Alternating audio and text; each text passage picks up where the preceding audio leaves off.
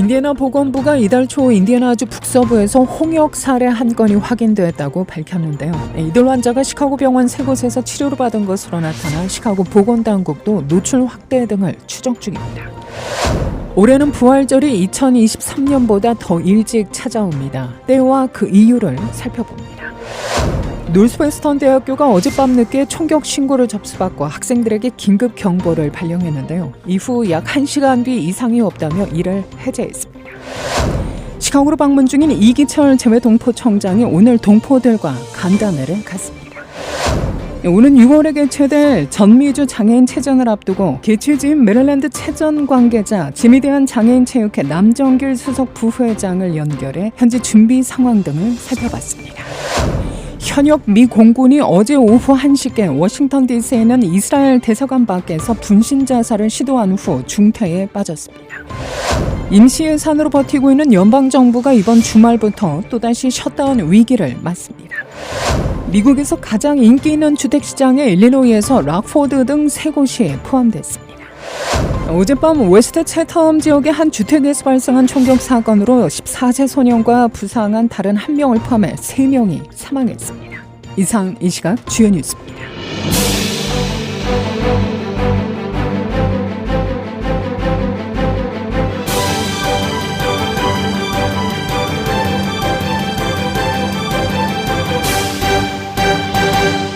인디애나 보건부가 이달 초 인디애나주 북서부에서 홍역 사례 한 건이 확인됐다고 밝혔습니다.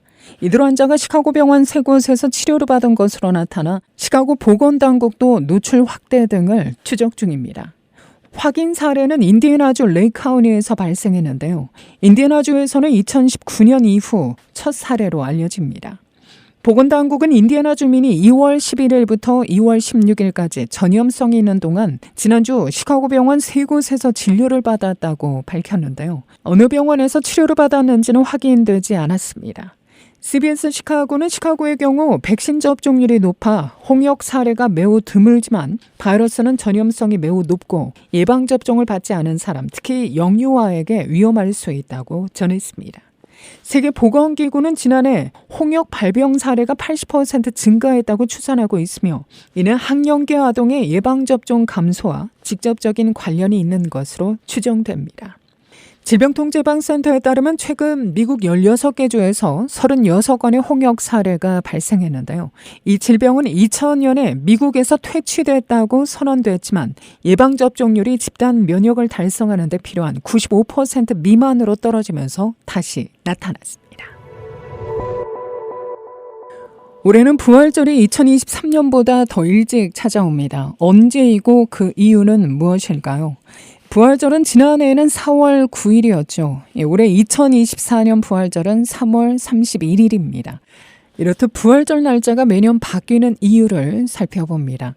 연합감리교회에 따르면 서기 325년 기독교 교회 역사상 전체 기독교인들을 대상으로 한 최초의 공의회인 니케아 공의회에서 부활절 기념일을 정했는데요. 공의회 회원들은 부활절을 춘분 이후 첫 보름달이 뜬 후 첫 번째 일요일로 결정했습니다. 매년 춘분과 보름달 뜨는 날짜가 다르기 때문에 부활절은 매년 날짜가 바뀝니다. 이 기간은 양력 3월 22일에서 4월 25일 사이에 해당됩니다. 올해 부활절이 3월 31일인 것이 이런 이유에서인데요. 올해 춘분은 3월 20일 수요일이고 춘분 다음에 첫 보름달이 뜨는 날짜가 3월 25일 월요일입니다. 이에 따라 2024년 올해의 부활절은 첫 번째 보름달이 뜬 날짜 이후 첫 주일인 3월 31일이 됩니다. 참고로 내년 2025년 부활절은 4월 20일, 내후년인 2026년은 4월 5일입니다. 노스웨스턴 대학교가 어젯밤 늦게 총격 신고를 접수받고 학생들에게 긴급 경보를 발령했습니다. 이후 약 1시간 뒤에 이상이 없다며 이를 해제했는데요. 노스웨스턴은 이날 오후 10시 53분 에반스턴 캠퍼스에서 적극적인 위협 사건이 발생했음을 알리는 NU 긴급 알람을 처음 보냈습니다. BNN 음악대학의 세븐이 아트서클 드라이브 근처에서 총격이 발생했다는 신고가 접수된 데에 따른 겁니다. 캠퍼스 관계자는 25분 후 업데이트를 통해 노스웨스턴 대학교 경찰이 총격 신고를 조사하고 있다고 설명했습니다. 오후 11시 24분 세 번째 경보에서는 경찰이 현장에 남아 있으며 부상자는 발견되지 않았다고 밝혔는데요. 이어 첫 경보 발령 약 1시간 뒤인 오후 11시 42분 업데이트된 경보에서 대학은 이상이 없다라고 전했습니다. 부상자는 발견되지 않았다고 메시지는 덧붙였는데요. 아울러 경찰이 현장에 남아있는 동안 현장에 접근하지 말 것을 당부했습니다. 이에 대한 추가 정보는 오늘 오전까지 공개되지 않았습니다. 시카고로 방문 중인 이기철 재외동포청장이 오늘 동포들과 간담회를 가집니다. 이번 방문은 이날부터 3월 1일까지 예정된 미국 방문 일정의 일환인데요. 시카고에 이어 샌프란시스코, 로스앤젤레스를 순차적으로 방문합니다. 이 청장은 이번 방문을 통해 재미동포 중 약 100만 명이 거주하는 미국 내 주요 거점 도시에서 한국의 정치, 경제 발전상 알리기 등 재외동포청의 주요 정책 방향을 설명하고 동포 사회의 애로사항을 청취합니다. 아울러 방문 일정 첫날인 오늘 이 청장은 오후 2시 30분 한인회관을 방문해 최은주 한인회장 등 한인회 임원들과 만남을 갖고 이어 오후 6시 30분 놀스브룩 소재 힐튼 호텔에서 한인 동포 50여 명과 간담회를 진행할 예정입니다. 2024년 올해 6월에 개최될 전미주 장애인 체전을 앞두고 개최지인 메릴랜드 체전 관계자들이 분주한 하루하루를 보내고 있는데요. 이번 체전을 주최하는 재미대한 장애인 체육회 수석 부회장이자 메릴랜드 현지를 관할해 체전 주관을 담당한 동종부 장애인 체육회의 남정길 회장을 전화로 연결해 현지 준비 상황 등을 살펴봅니다. 재미대한 장애인 체육회는 오는 6월 14일과 15일 이틀간 항구의 도시 메릴랜드 메도브룩 종합경기장에서 도전 속에 싹 트는 희망을 슬로건으로 제2회 전미주 장애인 체전을 개최합니다. 도전 속에 싹 트는 희망이라는 제목으로 우리 슬로건을 만들게 됐어요. 그것은 저희가 이제 장애인들이 스포츠를 하면서 변화되는 모습을 보면서 이 슬로건을 만들게 되었어요. 제가 메릴랜드 체육회장을 하면서 비장애인 체육단체를 이끌었죠. 장애인 체육단체는 한 4년 전부터 제가 메릴랜드 체육단체를 이끌었는데 그 계기로 해서 이제 장애인 체육회를 또 맡게 됐어요. 장애인들의 스포츠를 통한 권익 신장과 자기 개발을 목적으로 설립된 장애인 체육회는 지난 2022년 제1회 캔사스 대회를 성공리에 치른 바 있죠. 남 수석 부회장에 따르면 이번 메릴랜드 대회 준비위원으로 미주 장애인 체전 조직위에서 40여 명과 이외에 200여 명의 봉사자들이 10개의 부서로 나뉘어 체전 준비에 박차를 가하고 있습니다. 부서별로 다 짜여져 있는데 각 주에서 오시는 그 장애인 선수들을 전담해서 그들의 불편한 점이라든가 장애인들이 이 음식에 대한 알레르기가 굉장히 심해요. 그래서 음식 알레르기 정보라든가 공항의 도착 시간, 또 호텔 숙박, 경기 시작부터 끝나서 돌아갈 때까지 그 팀을 담당하는 각 지회 담당자가 있어요. 이제 식사를 제공하는 식사 담당팀, 체전의 꽃이라고 할 수 있는 그 개막식을 담당하는 그 담당팀 외에 또 여러 부서들이 나눠져서 이제 정기적으로 미팅을 갖고 체전 준비를 하고 있습니다. 대회의 정식 종목은 육상과 테니스, 수영, 태권도, 골프, 볼링, 항공, 보치아 등 9개 종목이며 코놀과 프리스비 날리기, 축구공 멀리차기, 슐런, 스크린 사격, 축구 등 6개 종목은 시범 종목으로 열립니다. 특별히 주목되는 건 남녀노소, 장애 유형에 관계없이 어디서나 쉽게 접근할 수 있는 생활체육 종목인 한궁이 이번 체전에서 정식 종목으로 채택됐다는 겁니다. 한국에서 새로 개발된 그 장애인들 위한 양궁 같은 거예요. 근데 핸드 아처리라고 손으로 던져서 그 표적을 맞추는 그 경기. 이 종목 중에 유니파이드 경기라는 게 있어요. 여러 가족 비장애인들이 굉장히 좋아하는 건데 그 장애인 부모와 비장애인들과 이 장애인하고 같이 함께 경기하는 경기가 있어요. 그 가족이라든가 비장애인들이 장애인에 대해서 좀 더 가까이 가고 장애에 대한 또 인식 또는 또 편견을 넘어서는 그런 계기가 되는 그런 경기이기 때문에 아주 가장 인기 있는 경기 중에 하나죠. 남 수석 부회장은 이번 대회에 시카고, 달라스, 휴스턴, 애틀란타, 뉴욕, 뉴저지 등에서 장애인과 비장애인을 포함해 1000여 명 이상의 선수들이 참가할 것으로 보인다고 전했습니다. 대회가 열리는 메도우브룩 종합경기장은 77에이커 면적에 3개의 야구장, 2개의 농구장, 2개의 테니스장, 또 다양한 실내 경기가 가능한 3만 5천 평방피트의 체육관이 있으며 인근 10분 거리에 라저 카터 수영장과 볼링장, 골프장 등에서 경기를 치를 예정입니다. 주 경기장은 메도브룩 애틀레틱 스포츠 컴플렉스라고 엘리커시리 여기 한인타운에 근접해 있는 위치에 있어요. 그래서 80%의 한 경기가 주 경기장에서 치러지고 나머지는 볼링장, 골프장, 수영장, 테니스장은 거의 10분 거리에 다 있고 한인타운도 10분 거리에 있기 때문에 이 체전을 치르기에는 아주 최상의 조건이라고 볼 수 있습니다. 수영장을 계약했고요. 경기장 계약이 이제 앞으로 달마다 있게 되니까 다음 달에는 이제 주 경기장 계약을 하게 돼요. 이번 체전 개최를 위한 목표 기금액은 $300만. 앞선 보도를 통해 메릴랜드 현지 선수 부모들이 뜻을 모아 땅콩을 판매한 수익금 $25,000를 체전 진행을 위한 후원금으로 전달했다는 소식도 전해드린 바 있죠. 남수석 부회장에 따르면 내달 9일 열릴 체전 조직위원 발대식을 겸해 진행될 후원의 밤 행사와 4월 골프 대회를 개최해 기금 보강에 나선다는 계획입니다. 외부에서 오시는 장애인들이 숙박이라든가 이런 것에 도움을 주기 위해서 30만 불 측정을 했는데 모르겠어요. 거기까지 우리가 도달할 수 있을지 모르겠지만은 앞으로는 계획은 이제 3월 9일에 우리 메릴랜드에서 구원의 밤 행사와 조직위원들 발대식도 같이 갖게 됩니다. 그날 구원의 밤을 하면서 많은 분들을 또 지인들 초빙해서 도움을 받게 될 거고 그리고 4월 28일에 장애인 체전 후원 골프 대회를 가질 예정이에요. 장애인 체전은 홀수에 열리는 비장애인 체육대회를 고려해 경연제로 짝수해 열립니다. 2년 뒤인 2026년 차기 개최지는 시카고, 차기 개최지로는 달라스가 유력합니다. 시카고에는 지금 백면의 부회장님이 계시기 때문에 앞으로 뭐 시카고 장애인 체전은 정말 수월하게 잘 하실 것 같고 2회 메릴랜드 체전은 좀 더 향상되는 그런 체전을 저희 준비하기 때문에 또 2회 체전을 또 끝나고 나면 또 거기에 대한 또 미비한 점이 있을 거 아니겠어요? 그러면 또 시카고에서도 다시 또 보완을 해가지고 또 장애인 체전이 시카고뿐만 아니라 지금 달라스에서도 장애인 체전을 또 하려고 준비를 하고 있어요. 시카고 다음이 되겠죠 아무래도. 재미대한 장애인 체육회는 2018년 9월 워싱턴 DC에서 설립되었는데요. 설립 당시 미주 9개 광역단체로 구분해 설립됐고 각 지역에 총 14개의 지회가 발족돼 활동 중입니다.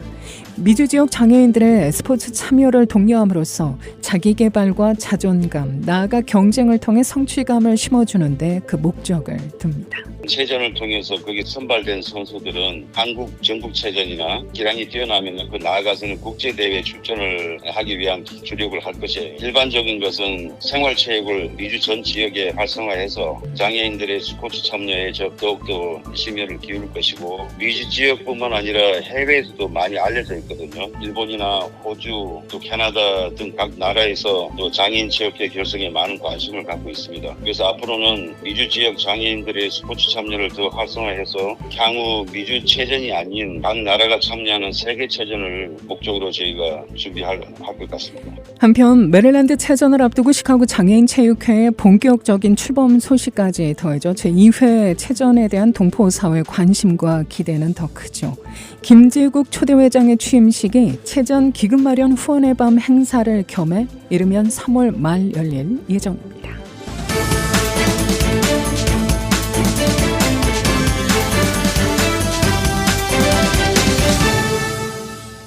현역 미 공군이 어제 오후 1시께 워싱턴 DC에 있는 이스라엘 대사관 밖에서 분신 자살을 시도한 후 중태에 빠졌는데요. 비밀경호국과 메트로폴리탄 경찰국이 사건에 대응했고 대사관은 다친 직원은 없다고 전했습니다. 공군은 현역 공군이 연루된 것으로 확인했지만 신원은 밝히지 않았는데요. 이 남성은 분신을 시도한 후 팔레스타인을 해방하라라고 반복해 외친 것으로 알려집니다. 이날 사건은 미국이 가자 지구의 즉각적인 휴전을 촉구하는 유엔 결의안이 거부권을 행사한 지 일주일도 채 되지 않아 발생했습니다. 가자 보건부에 따르면 하마스의 지난해 10월 7일 이스라엘 공격 이후 4개월이 넘은 현재 가자 지구의 사망자 수는 3만 명에 육박합니다. 임시 예산으로 버티고 있는 연방정부가 이번 주말부터 또다시 셧다운 위기를 맞게 됩니다. 어제 AP와 로이터 통신 등에 따르면 지난 1월 연방의회에서 통과된 연방정부 임시예산이 각각 다음 달 1일과 8일 만료됩니다. 여야가 지출 규모와 용도를 둘러싼 이견으로 2024 회계연도분 예산에 합의하지 못하면서 작년 9월 이후 세 차례의 시한부 임시예산을 통해 연방정부 셧다운을 피해왔죠. 먼저 3월 1일에는 교통부와 주택도시개발부, 농업부, 보훈부 등의 임시예산이 만료됩니다. 같은 달 8일에는 국방부와 국토안보부, 국무부 등의 임시예산 만기가 돌아옵니다. 추가 예산이 편성되지 않으면 이들 부처의 공무원에게 월급을 줄 돈이 없어 필수 기능을 제외한 여러 연방정부의 업무가 중단될 예정입니다.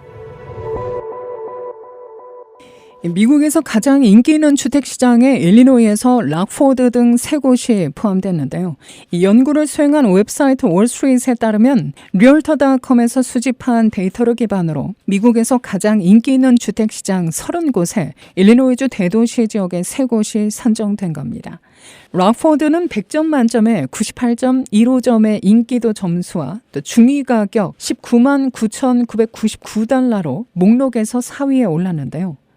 이 금융 전문지에 따르면 인기도는 부동산 중개인이 주택의 시장에 나온 기간과 또 수요와 공급 물류의 여러 척도를 설명하기 위해 사용하는 용어입니다.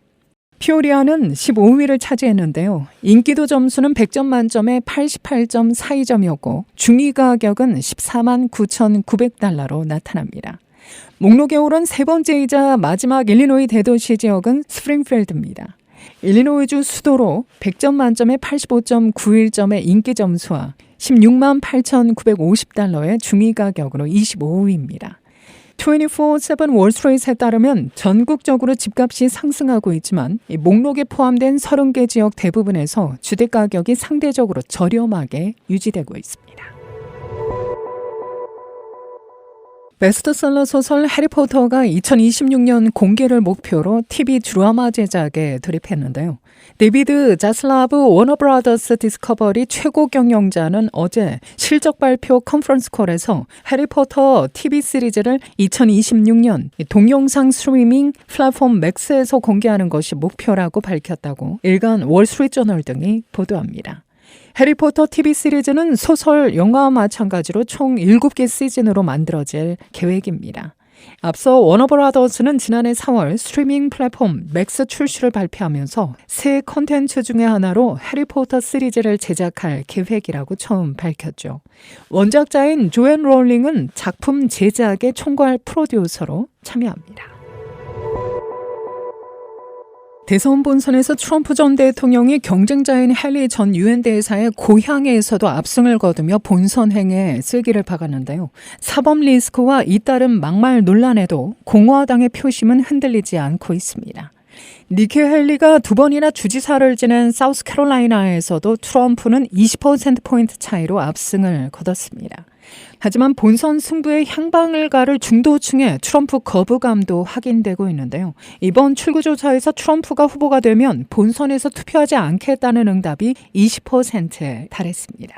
선거 자금 모금에서도 트럼프가 바이든의 절반 수준에 머물며 기부금이 소송 비용으로 쓰일 것을 우려하는 유권자가 적지 않은 것으로 분석됐습니다. 어젯밤 웨스트 채텀 지역의 한 주택에서 발생한 총격 사건으로 14세 소년과 부상한 다른 한 명을 포함해 3명이 사망했습니다. 경찰은 총격 사건이 이날 오후 7시 33분경 사우스 빈센 애비뉴 8000블럭에서 발생했다고 밝혔는데요. 경찰은 2층짜리 주택 내부에 남성 2명이 들어와 총격을 가했을 때 일종의 말다툼이 있었다고 전합니다. 총격 사건으로 14세 소년, 20세 남성, 36세 남성 등 3명이 사망했다고 경찰은 밝혔습니다. 17세 소년도 다리에 총을 맞고 병원으로 이송돼 양호한 상태로 치료를 받고 있는데요. 경찰은 웨스트 채텀 총격과 관련해 용의자 2명을 찾고 있습니다. 집안에서 다툼이 시작된 원인은 아직 밝혀지지 않았습니다. 이를 포함해 주말 시카고 전역에서는 총격 사건으로 최소 22명이 총에 맞아 4명이 숨졌습니다.